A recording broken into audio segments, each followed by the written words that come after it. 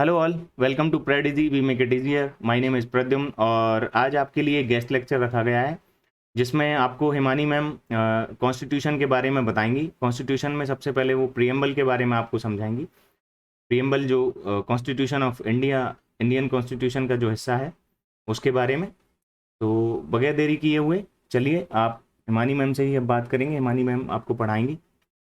Let's start. Himani ma'am. Hello दोस्तों। आज प्रेडिजी के लिए मैंने आपके लिए एक लेक्चर तैयार किया है preamble the constitution of India पे। प्रियम्बल के बारे में आप सबने सुना ही होगा, लेकिन आज हम अपने लेक्चर को प्रियम्बल से नहीं उसके बैकग्राउंड से शुरू करते हैं। जब ब्रिटिश गवर्नमेंट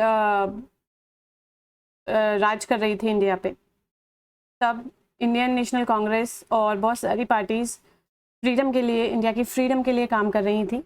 तब 1934 में कम्युनिस्ट पार्टी के नेता एम.एन. रॉय ने सबसे पहले कॉन्स्टिट्यूएंट असेंबली होने का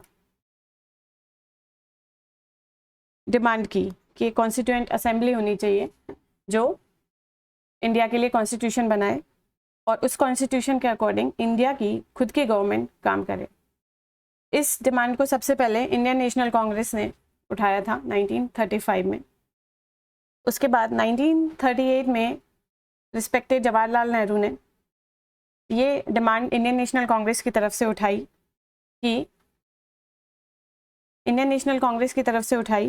कि इंडिया की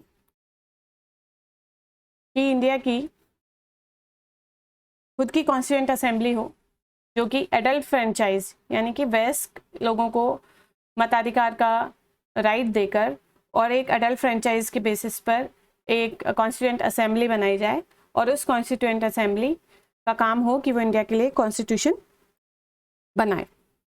इस डिमांड को 1940 में ब्रिटिश गवर्नमेंट ने एक्सेप्ट किया और ऑगस्ट ऑफर भेजा।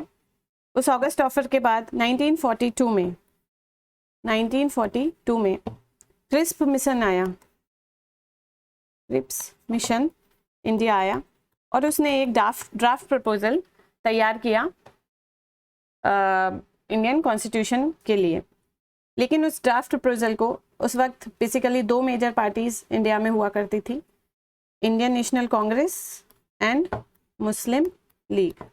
इंडियन नेशनल कांग्रेस ने एक्सेप्ट किया क्रिप्स मिशन के ड्राफ्ट प्रपोजल को, लेकिन मुस्लिम लीग ने उसको रिजेक्ट किया और उसके बाद ब्रिटिश गवर्नमेंट ने कैबिनेट मिशन भेजा और कैबिनेट मिशन ने कॉन्स्टिट्यूएंट असेंबली के लिए हाँ भरती और वो मुस्लिम लीग को भी एक्सेप्ट हो गया और कांग्रेस को भी एक्सेप्ट हो गया। उसके बाद कॉन्स्टिट्यूएंट असेंबली बनी और कॉन्स्टिट्यूएंट असेंबली की जब सिटिंग हुई तो दिसंबर 1946 13 दिसंबर को जवाहरलाल नेहरू ने कॉन्स्टिट्यूएंट असेंबली में ऑब्जेक्टिव रिजोल्यूशन को मूव किया। यहाँ से शुरू होता है प्रियम्बल का बैकग्राउंड। ऑब्जेक्टिव रिजोल्यूशन उस ऑब्जेक्टिव रिजोल्यूशन में बेसिकली बताया गया था कि गवर्नमेंट कैसी होगी, फ्री इंडिया की गवर्नमेंट कैसी होगी, फ्री इंडिया की गवर्नमेंट किन मुद्दों पे काम करेगी, कैसे उसके जो है ऑब्जेक्टिव होगा उस गवर्नमेंट का, किस तरीके से इंडिया आगे काम करेगा, ये सब ऑब्जेक्टिव रिजोल्यूशन में बताया था। उसके बाद 26 नवंबर 1949 को 26 नवंबर 1949 को कॉन्स्टिट्यूशन ऑफ इंडिया को अडॉप्ट और इनेक्ट किया गया और जब उसको अडॉप्ट और इनेक्ट किया गया तो प्रियम्बल को पढ़ा गया। मैं आपको बता दूं, सबसे पहले कॉन्स्टिट्यूशन बना और प्रियम्बल सबसे लास्ट में बनी, जबकि प्रियम्बल कॉन्स्टिट्यूशन का सबसे पहले पेज पे प्रियम्बल ही आती है, लेकिन प्रियम्बल सबसे लास्ट में बनी, पहले पूरा कॉन्स्टिट्यूशन बनाया गया। ऑब्जेक्टिव रिजोल्यूशन को हूबहू प्रियम्बल नहीं कह सकते, ऑब्जेक्टिव रिजोल्यूशन को देखकर प्रियम्बल को बनाया गया, लेकिन objective resolution is a different thing, preamble is a different thing. आप इन दोनों में कंफ्यूज नहीं हो कि प्रियम्बल और ऑब्जेक्टिव रिजोल्यूशन एक ही चीज़ है। बेस्ड है प्रियम्बल ऑब्जेक्टिव रिजोल्यूशन पे, लेकिन वो ऑब्जेक्टिव रिजोल्यूशन की हुबहू कॉपी नहीं है। अब प्रियम्बल होता क्या है? कोई भी जब कानून बनाया जाता है तो वो कानून किस लिए बनाया जा रहा है, उसका एक ऑब्जेक्टिव पार्ट होता है कि ये कानून किस लिए बनाया जा रहा है, किसको रूल करेगा। जैसे राइट टू इन्फॉर्मेशन एक्ट अगर बना है तो उसके ऑब्जेक्टिव बताए जाते हैं। आरटीआई जैसे है, आरटीआई एक्ट, तो आरटीआई एक्ट का ऑब्जेक्टिव उसके ऑब्जेक्टिव पार्ट में होगा, जो उस एक्ट के शुरू होने से पहले होता है कि आरटीआई क्यों बनाया जा रहा है, ताकि लोगों के राइट टू इन्फॉर्मेशन से उनको इन्फॉर्मेशन दी जा सके। इसी तरह कोई भी एक्ट अगर गवर्नमेंट पास करती है, चाहे वो स्टेट गवर्नमेंट हो चाहे वो सेंट्रल लेजिस्लेचर हो, वो एक ऑब्जेक्ट बताते हैं कि उस एक्ट को क्यों पास कर रहे हो, उस लॉ का ऑब्जेक्ट क्या है, क्या उद्देश्य की प्राप्ति करनी है उससे। इसी तरह कॉन्स्टिट्यूशन ऑफ इंडिया का क्या ऑब्जेक्ट है, उसके लिए उसकी प्रियम्बल बनाई गई। जरूरी नहीं है हर कॉन्स्टिट्यूशन में प्रियम्बल हो, लेकिन इंडियन कॉन्स्टिट्यूशन की प्रियम्बल है। तो आपको पता होगा जैसे रिटन कॉन्स्टिट्यूशन, अनरिटन कॉन्स्टिट्यूशन भी होता है। तो जहाँ रिटन कॉन्स्टिट्यूशन है वहाँ बेसिकली प्रियम्बल होती ही है। अमेरिकन कॉन्स्टिट्यूशन फर्स्ट कॉन्स्टिट्यूशन था जिसके कॉन्स्टिट्यूशन में प्रियम्बल थी, और इंडियन कॉन्स्टिट्यूशन में भी प्रियम्बल है। प्रियम्बल बताती है कि कॉन्स्टिट्यूशन का उद्देश्य क्या है, ऑब्जेक्ट क्या है, किन चीज़ों को ध्यान में रख के कॉन्स्टिट्यूशन को बनाया गया। अब बात आ जाते हैं हम इंडियन कॉन्स्टिट्यूशन पे।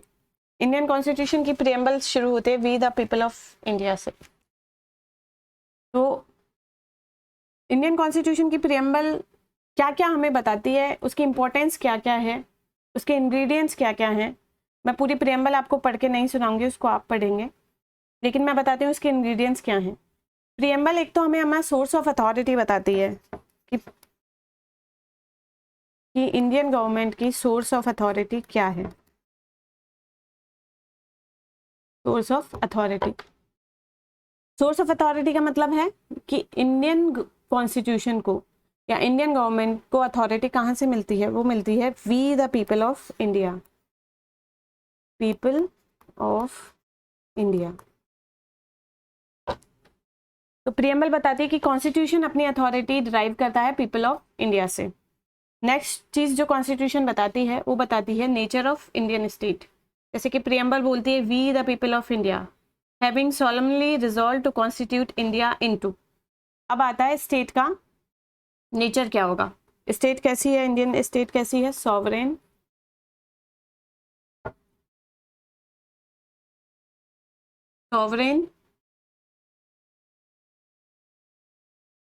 सोशलिस्ट,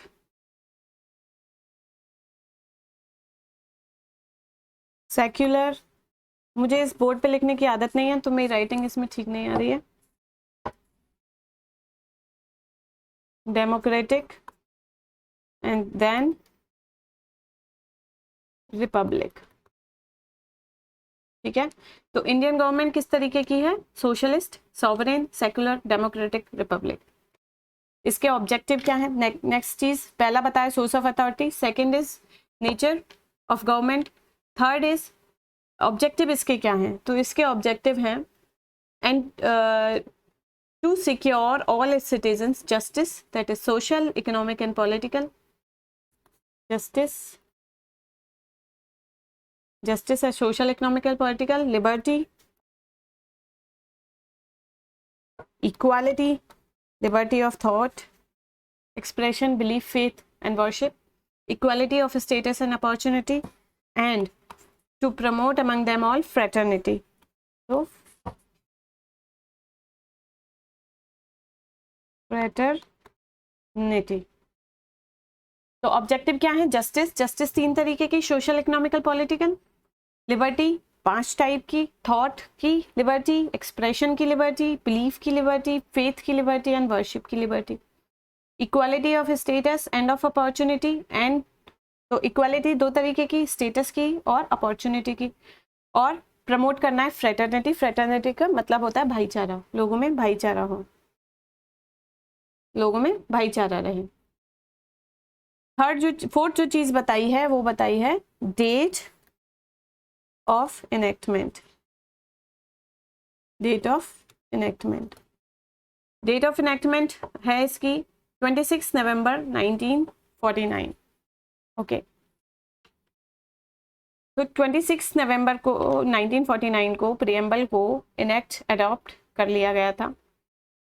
अब आप सब लोग सोच रहे होंगे, जब 26 नवंबर 1949 को अडॉप्ट इनेक्ट किया गया था, तो 26 को क्यों, 26 जनवरी को क्यों रिपब्लिक डे मनाया जाता है? 26 नवंबर को रिपब्लिक डे क्यों नहीं मनाया जाता? तो 26 जनवरी को रिपब्लिक डे इसलिए मनाया जाता है क्योंकि 26 नवंबर 1949 को इसको अडॉप्ट इनेक्ट तो कर लिया गया था, लेकिन इसके जो जितने भी कुछ प्रोविजंस को छोड़ के बाकी सारे provisions came into force on 26 जनवरी 1950। इसीलिए 26 जनवरी 1950 को इसको हम लोग रिपब्लिक डे मनाए जाते हैं। अब आप पूछेंगे 26 जनवरी को क्या हुआ था? तो 26 जनवरी को पूर्ण स्वराज का फैसला इंडियन नेशनल कांग्रेस ने लिया था रावी नदी पे, और इंडियन फ्लैग को होइस्ट किया था। इसलिए उस डे को रिमेंबर करने के लिए इसको 26 जनवरी 1950 को लागू किया गया था। अब प्रियम्बल के ये जो प्रियम्बल में जो मेन वर्ड्स हैं उनको मैं बता देती हूँ। सॉवरेन, सॉवरेन का मतलब इंडिया अपने आप में सुप्रीम है, उसके ऊपर कोई अथॉरिटी नहीं है, यानी कि इंडियन गवर्नमेंट अपने डिसीजंस लेने के लिए खुद एम्पावर्ड है, उसके डिसीजंस कोई और नहीं लेगा, इंडियन गवर्नमेंट लेगी। सोशलिस्ट, सोशलिस्ट का मतलब, सोशलिस्ट आप समझते हैं, सोशलिस्ट का मतलब है कि गवर्नमेंट जो होगी वो सोसाइटी के वेलफेयर के लिए काम करेगी, ना कि किसी इंडिविजुअल के वेलफेयर के लिए। सोशलिज्म भी दो तरीके का होता है, कम्युनिस्ट और democratic. Indian government democratic socialist government है, ना कि कम्युनिस्ट सोशलिस्ट गवर्नमेंट में जितने भी सारे जो रिसोर्सेज हैं उनको गवर्नमेंट अपने पास ले लेती है और उसके बाद खुद डिस्ट्रीब्यूट करती है। डेमोक्रेटिक सोशलिज्म में सब लोग का ध्यान गवर्नमेंट रखती है, लेकिन अपने कंट्रोल में सब कुछ नहीं लेते, वो मेन रिसोर्सेज को अपने कंट्रोल में लेती है और बाकी सब लोग फिर अपनी मेहनत के अनुसार काम करें, और गवर्नमेंट पुअर सेक्शन का ध्यान भी रखती है। सेक्युलर का मतलब है कि स्टेट का अपना कोई, सेक्युलर का मतलब हुआ कि स्टेट का अपना कोई रिलीजन नहीं है, धर्म निरपेक्ष है। हमारा स्टेट का अपना कोई धर्म नहीं है, ना हिंदू धर्म, ना मुस्लिम धर्म, ना कोई और धर्म। स्टेट सारे धर्मों को बराबर लिबर्टी देती है, सब सारे राइट्स फ्रीडम दे रखे हैं, और स्टेट किसी एक पर्टिकुलर रिलीजन को प्रमोट नहीं करेगी, ना ही उसके अगेंस्ट काम करेगी। डेमोक्रेटिक का मतलब है कि गवर्नमेंट को जो करे, डेमोक्रेटिक आप सब समझते ही हैं, डेमोक्रेटिक का मतलब है कि गवर्नमेंट को अपॉइंट कौन करेगी? पब्लिक करेगी। Second, fifth point is Republic. Republic का मतलब है कि स्टेट का जो हेड है या स्टेट की जो गवर्नमेंट होगी वो इलेक्टेड होगी, ना कि हेरिडिटरी होगी। हेरिडिटरी का एग्जांपल है ब्रिटेन। ब्रिटेन में जो क्वीन है, वो क्वीन और किंग जो हेड ऑफ द स्टेट है वो हेरिडिटरी है, ना कि डेमोक्रेटिक।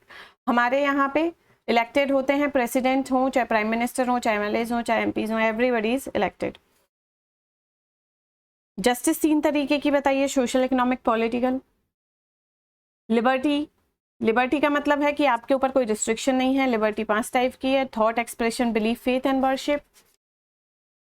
उसके बाद equality of status and opportunity. Equality के लिए अलग से फंडामेंटल राइट्स भी बने हैं। एंड उसके बाद फ्रेटर्निटी। फ्रेटर्निटी का मतलब है कि सारे लोग, हिंदू हो, चाहे मुस्लिम हो, चाहे छोटा हो, चाहे बड़ा हो, सब लोग भाई बहन, ब्रदरहुड लोगों में बनी रहे। ये बात हो गई प्रियम्बल की। मेन जो क्वेश्चंस कई बार आते हैं वो इस तरीके के आते हैं, whether preamble is part of constitution, it is not part of constitution, क्या ये जस्टिफिएबल है, क्या ये जस्टिफिएबल नहीं है। इस तरीके के क्वेश्चंस प्रीलिम्स में पूछ लिए जाते हैं, मेंस में भी पूछ लिए जाते हैं। तो हम इस बात पे क्यों बात करें, whether preamble is part of, आप लोग मेरी हैंडराइटिंग को प्लीज इग्नोर करें। Whether preamble is part of constitution, whether preamble is part of constitution. ये क्वेश्चन उठता ही क्यों है कि ये पार्ट है या नहीं है। सबसे पहले हम इस पे बात करेंगे कि ये क्वेश्चन आता ही क्यों है कि ये प्रियम्बल पार्ट है या नहीं है। प्रियम्बल पार्ट है या नहीं, ये सिर्फ इसलिए आता है कि क्या इसको अमेंड किया जा सकता है या नहीं किया जा सकता। कॉन्स्टिट्यूशन का आर्टिकल 368 अमेंडमेंट ऑफ कॉन्स्टिट्यूशन से रिलेटेड है, जिसमें कि कॉन्स्टिट्यूशन के प्रोविजंस को अमेंड करने का, यानी उनको डिलीट करने का, उसमें कुछ ऐड करने का, उसमें कुछ चेंज करने के प्रोविजन है। तो क्वेश्चन ये उठता है कि क्या प्रियम्बल को भी अदर प्रोविजंस की तरह अमेंड किया जा सकता है। तो इस क्वेश्चन का जवाब जानने के लिए ये जानना जरूरी है कि whether preamble is part of constitution और नॉट। तो ये जब कंट्रोवर्सी उठी कि प्रियम्बल पार्ट है कॉन्स्टिट्यूशन का नहीं, तो रे बेरुवारी केस में पहली बार सुप्रीम कोर्ट ने कहा कि प्रियम्बल जो है वो ऑब्जेक्टिव बताती है कॉन्स्टिट्यूशन का, लेकिन वो कॉन्स्टिट्यूशन का पार्ट नहीं है, इसलिए उसको अमेंड नहीं कर सकते। फिर 1973 में केशवानंद भारती के केस में, Kesavananda Bharati versus union of India के केस में सुप्रीम कोर्ट ने रे बेरुवारी के ओपिनियन को चेंज किया और ये सेटल कर दिया कि प्रियम्बल कॉन्स्टिट्यूशन का पार्ट है, it is as good as the other provisions of the constitution, और इसको अमेंड किया जा सकता है। और उसके बाद इसमें अमेंडमेंट हुए 42nd अमेंडमेंट एक्ट 1976 से। तो इसको अमेंड किया जा सकता है, ये प्रियम्बल में बोल दिया, लेकिन साथ ही ये भी बोला गया कि इसके बेसिक नेचर को नहीं चेंज कर सकते आप। प्रियम्बल को चेंज कर सकते हो, लेकिन बेसिक स्ट्रक्चर को चेंज नहीं कर सकते आप। तो बेसिक स्ट्रक्चर क्या है? सोवरेन होगी गवर्नमेंट, ये बेसिक स्ट्रक्चर है। डेमोक्रेटिक होगी, ये बेसिक स्ट्रक्चर है। सोशलिस्ट होगी, ये बेसिक स्ट्रक्चर है। इनको चेंज नहीं किया जा सकता है, बाकी चेंजेस किए जा सकते हैं। हाँ, तो इन्हीं चेंजेस को ध्यान में रख के फंडामेंटल राइट्स में आप देखें, कई फंडामेंटल राइट्स को नहीं लिया जा सकता और कई फंडामेंटल राइट्स रिमूव कर दिए गए हैं। तो आपके दो क्वेश्चन इससे तैयार होते हैं कि प्रियम्बल पार्ट ऑफ कॉन्स्टिट्यूशन है। Yes, preamble is part of constitution. कहाँ बोला है? केशवानंद भारती में। क्या प्रियम्बल को अमेंड किया जा सकता है? यस, किया जा सकता है। केशवानंद भारती में ही ये बोला है कि प्रियम्बल को अमेंड किया जा सकता है। तो प्रियम्बल में केशवानंद भारती के बाद 1976 में अमेंडमेंट हुए। क्या अमेंडमेंट हुए? इसमें दो वर्ड्स, जो 3 शब्द जोड़े गए, सोशलिस्ट। 42nd अमेंडमेंट एक्ट 1976, 2 शब्द जोड़े गए। कौन कौन? 3 शब्द जोड़े गए, socialist, secular and integrity. Originally जब कॉन्स्टिट्यूशन बना था तो उसमें ये तीनों शब्द नहीं थे, सोशलिस्ट नहीं था, लेकिन हमारे कॉन्स्टिट्यूशन में सोशलिस्ट से रिलेटेड प्रोविजंस थे। सोशलिस्ट शब्द को जोड़ा गया, सेक्युलर शब्द को जोड़ा गया। तो सेक्युलर, इसका मतलब ये नहीं कि इससे पहले इंडिया सेकुलर नहीं थी, इंडिया सेकुलर थी, शुरू से ही राइट टू फ्रीडम मिले हुए हैं, फ्रीडम ऑफ रिलीजन मिला हुआ है। इसमें लिबर्टी पहले से ही थी, liberty of thought, expression, belief, faith and worship. इसका मतलब भी सेकुलर ही है, लेकिन इसको और क्लियर करने के लिए सेकुलर वर्ड जोड़ दिया और एक वर्ड जोड़ दिया गया, इंटीग्रिटी एंड इंटीग्रिटी। सिर्फ इंटीग्रिटी नहीं जोड़ा, एंड इंटीग्रिटी वर्ड ये भी जोड़ा गया। ठीक है, तो एक ही बार अभी तक कॉन्स्टिट्यूशन में अमेंडमेंट हुआ है, वो हुआ है 42nd अमेंडमेंट एक्ट से 1976 में। 3 वर्ड्स जोड़े गए, सोशलिस्ट, सेकुलर एंड इंटीग्रिटी। इसके अलावा प्रियम्बल का इंपॉर्टेंस क्या है? तो प्रियम्बल का इंपॉर्टेंस ये है कि प्रियम्बल बताती है कि सोर्स ऑफ अथॉरिटी क्या है। ये हमें बताती है कि जब कॉन्स्टिट्यूशन बन रहा था तो क्या सोच रहे थे कॉन्स्टिट्यूशन मेकर्स, कैसी कंट्री बनाना चाहते थे, कैसी गवर्नमेंट चाहते थे, क्या उनके आइडियाज थे। तो preamble is key to the minds of constitution makers. अब जिन लोग ने कॉन्स्टिट्यूशन बनाया वो तो अब है नहीं, लेकिन उनके दिमाग में क्या चल रहा था और क्या सोच के उन्होंने कॉन्स्टिट्यूशन बनाया था, कैसी गवर्नमेंट, कैसा देश वो चाहते थे, ये सब, या क्या पब्लिक के राइट होने चाहिए, वो क्या सोचकर उन्होंने, क्या डिस्कशन हुए, क्या सोचकर उन्होंने ये प्रियम्बल को बनाया, कॉन्स्टिट्यूशन को बनाया, वो प्रियम्बल बताती है बेसिक आइडियाज कि ये आइडियाज हमें अचीव करने हैं हमारे कॉन्स्टिट्यूशन से। That's all about constitution, that's all about the preamble. It's a short lecture, but I have covered everything related to preamble जो आ सकता है, बैकग्राउंड से लेके रिसेंट डेवलपमेंट तक। Thank you. Hello, thank you for watching. अगर आपको ये वीडियो पसंद आई हो तो प्लीज़ हमारे चैनल को सब्सक्राइब करें।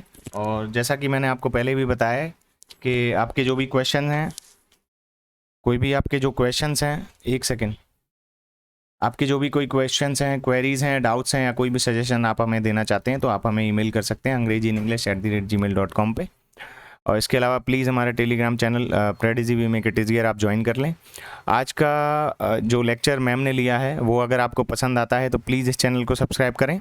अगर आप किसी भी एग्ज़ाम के लिए तैयारी कर रहे हैं जिसमें पॉलिटी अगर आती है और लॉ से रिलेटेड कोई भी मटेरियल उसमें आता है, लॉ से रिलेटेड कोई भी टॉपिक्स अगर उसमें आते हैं, जैसे कि यूपीएससी है, पीसीएस एग्ज़ाम आप देते हैं, या और भी जो एग्ज़ाम है जिसमें इंडियन कॉन्स्टिट्यूशन या लॉ से रिलेटेड क्वेश्चंस आते हैं, तो उनके लिए आप इस चैनल को प्लीज़ सब्सक्राइब कर लें।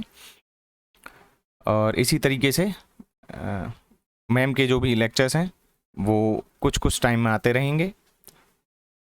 Thank you so much for watching. Bye bye, take care, have fun, have a great day ahead. आपका दिन शुभ हो। और मैं आशा करता हूँ कि आपको ये लेक्चर पसंद आया हुआ होगा। आप प्लीज़ इस चैनल को सब्सक्राइब करें और अपने दोस्तों के साथ इसको शेयर करें जो भी डिफरेंट वेरियस एग्ज़ाम्स की जो तैयारी कर रहे हैं। Thank you again, bye bye, have fun, have a great day ahead. Thank you.